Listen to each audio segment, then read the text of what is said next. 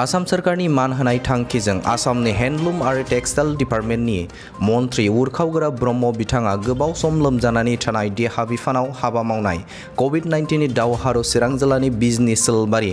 अमब्रागुरिनि मुस्रि दिपेन पाटगिरि आरो बासुगावनि रेबा राय बिथांमोनखौ मान होफैदों आरो बेजों लोगोसे जुब जुब अखा हानायनि जाउनाव आइ दैमा आरो माख्रा दैमानि बुंसारनायजों बिजनीनि दाब दाब गामियाव दैबाना जानानै दुखु सैनांनाय बिथांमोनखौ खौरां लाफैदों। मन्थ्रि उरखावगोरा ब्रह्म बिथाङा बिथांजों लोगोसे एमएलए जयन्त बसुमतारी, बिटिसिनि मावफुं सोद्रोमा धनन्जय बसुमतारी, एमएलए अरुप रायाबो बिथांजों बाहागो लाफैदों।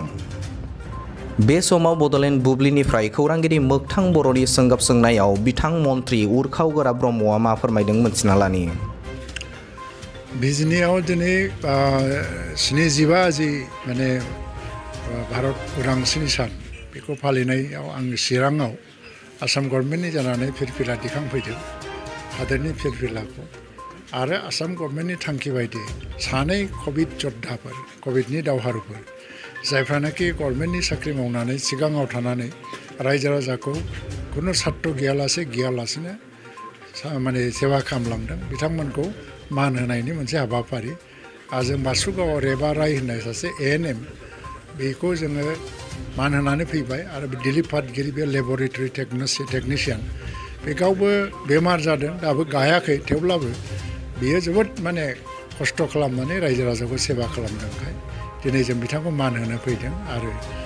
दा दिनै नायनाय जाबाय लोगोसेयैनो बिजनीआव फैनानै बेखौ मिथिनो मोननाय जादों जे दैबाना जादों आरो गोबां मानसिफ्रा दैबानायाव खस्थ' मोननानै हाहाकार जादों थ' बिथांमोनखौबो जोङो दा जिल्लानि डिसि एसपि